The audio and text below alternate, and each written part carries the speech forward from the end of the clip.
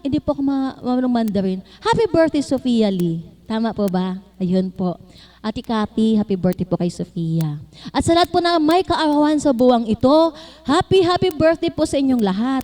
Masarap po mabuhay sa mundo, lalo na po kung kapiling natin ang ating Panginoon. Amen po ba? Ba't may mga malungkot na mukhang nakikita ako? Pag ako nag-facilitate, gusto ko masaya kayo. Kasi masayahin po ako eh. Di po ba? Ayan. Ayun, yung taga Valenzuela, si Nanay. Ganyan ang ngiti, matamis. Ayan po. Kapag matamis po ang ngiti ng nakikita natin sa ating kapwa, maging ang buhay po natin ay tumatamis. Amen po ba? Kapag nakasimangot, parang ang lungkot-lungkot ng buhay. Amen po ba? Kaya Nanay, huwag kayong sisimangot. Yan. Naku, napakaganda naman pala ng nanay pag gumiti eh. Ate, taga Ulyanin. Yan, smile.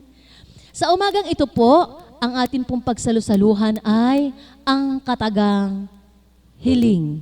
Napakadali po, ano po?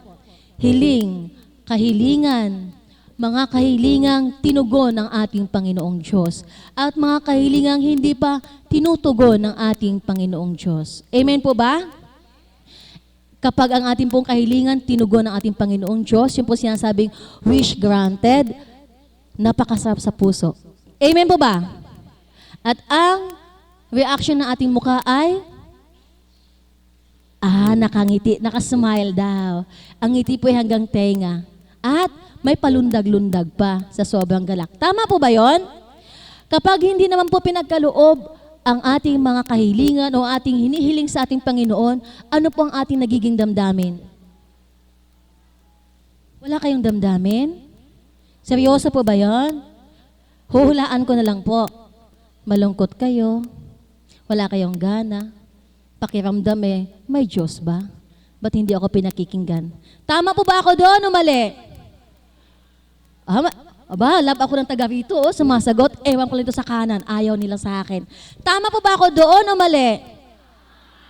Tama naman pala, mahal niyo naman po pala ako at higit niyo pong minamahal ang ating Panginoong Diyos. Siyempre po, hiling, kahilingan na tinugon ng ating Panginoong Diyos at mga